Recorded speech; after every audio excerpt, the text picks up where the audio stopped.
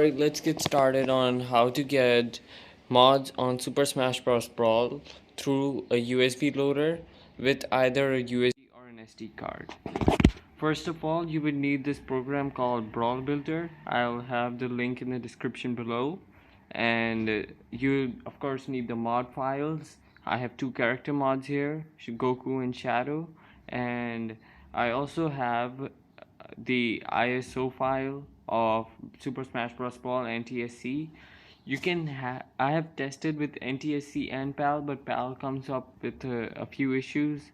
We'll discuss them later, of course. And I have another mod pack of Project M. Maybe there are a lot of tutorials of it on how to get it to a USB loader, but there are none about individual mods. So let's get started. First of all, we'll make a PF folder and extract our mod files into it. We have our Goku mod and our Shadow mod.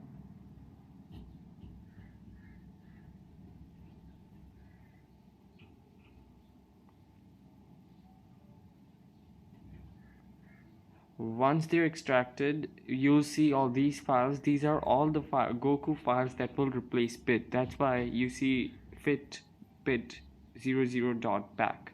These will all replace the bit files. In order to replace them properly, we need to make a folder called fighter, and inside it we need to make a folder called bit. So right, we got bit. In that we place all these .back files. So it's how the Brawl Builder works. It looks at all these folders and replaces replaces the new files these folders have with the Brawl files. Next, every character mod comes up with a Kirby file, because Kirby has the power to absorb other characters. So we will place the Kirby mod files in here as well.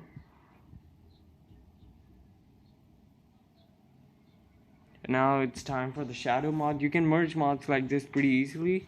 The Shadow mod does this actually quite well. It has all of these files already organized for us, so it's quite easy that way. The Shadow, and I want to talk about here that when we have two character mods, there will always be a clash between Kirby files. If you know how to edit these files and have both character models, then you can have them, but as far as I know, you can only have one. So that's how it works. And all you need to do is paste them, cut them from the Shadow folder and put them in the PF folder that we made. Yeah, and replace all and merge all these files and replace the others. That's not pretty. Yes, I want to talk about this as well.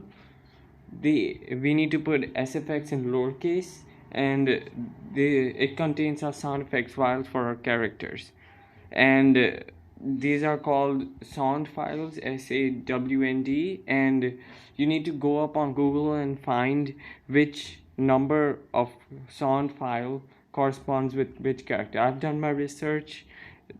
Wario is 30. The sound file for Wario is 30. So all I need to do is rename it 30 and place it in the folder. Next, these are just background. These are other files that we shouldn't change. I want to talk about this.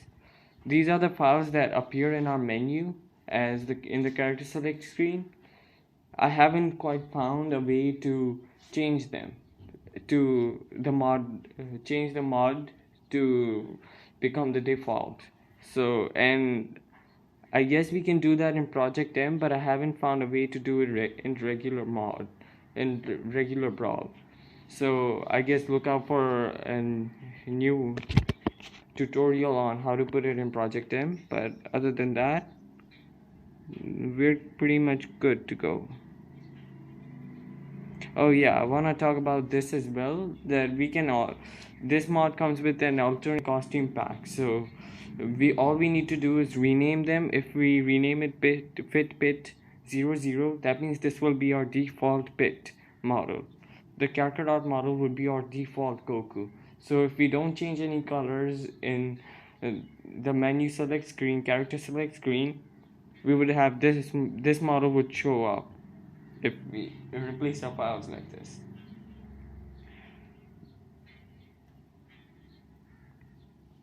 And yeah, same goes for this. I'll teach you in a later tutorial on how to bring this up, but how to bring these character selected images up. Now, if you really want to get serious in your modding game and you want to bring Project M here as well, all you need to do is go to its Project M's folder and copy it into your PF folder.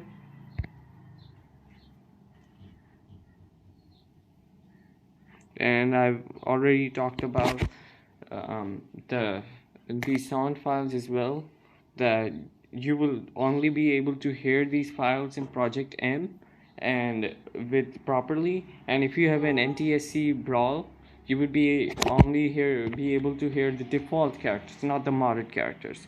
So with these mods, I would hear Pit and Wario instead of Goku or Shadow if I have an NTSC Brawl. But if you have a PAL Brawl ISO, you would not hear anything. All right. So as I said earlier, all we need to do is merge the PF folders, and then we can merge Project M with our character mods, so they'll appear all well. Now it comes time for Brawl Builder. First we need to select our ISO. Hang on a second. Yeah, we need to select where our ISO is and double click it. We need to find our mod folder, which is our PF folder. So all you need to do is select it, and then comes our GCT file. GCT files only come up in big mod packs like Project Plus or Project M. If you have character mods or stage mods, I don't think there would be GCT files. If they are, just add them. If there are no GCT files in the mod folder, with the mod that you downloaded, then you can leave this empty. Now removing subspace emissary is recommended, as it removes like 5 gigabytes from the new Brawl ISO that will be made. That always helps. Now we want to talk about change game ID and change game title. Title can be your any preference, but when you're changing the ID, when you're having a mod pack, it's better to change its ID, as it helps recognize USB loaders and your V backup managers to identify it differently from vanilla Brawl, which kind of helps. In case of Project M, you can load a different banner for it, and uh, if you have Super Smash Bros Brawl and a modded ISO in the same USB or SD card, it can help identify, differentiate them for your USB loader. And then your game banner is just the thing that is just the animation that comes up when you select your game. And all you need to do from there is select the place where the ISO needs to be extracted, and you're done. Now, yeah, I want to talk about that as well, that you should have at least 8 GB, 10 GB, 8 GB, 8 gigabytes of storage in the place where you have the Brawl Builder folder, and 3 gigabytes in the disk that you are going to place your new ISO in. Alright, I've already done it, so I canceled mine. If we open V Backup Manager, as I said, changing the game ID would help this program differentiate it from vanilla Brawl. I'll show this right away. If I select G, and just bear with me for a second. And right here we have Project M, Super Smash Bros Brawl, Project M55. Look, all the disk images are coming up and stuff. So that's pretty much it. If you let that all go on, it will be a fully modded ISO. You can play it even on a Dolphin emulator, and even on your V. Though before plugging it in your V, I suggest running it through your Dolphin emulator to see if it works. If you've done anything wrong, you can fix it, because plugging it in and transferring it from your USB to and back is kind of a hassle. That's it gonna be for my first video. Thank you so much for watching, and please subscribe.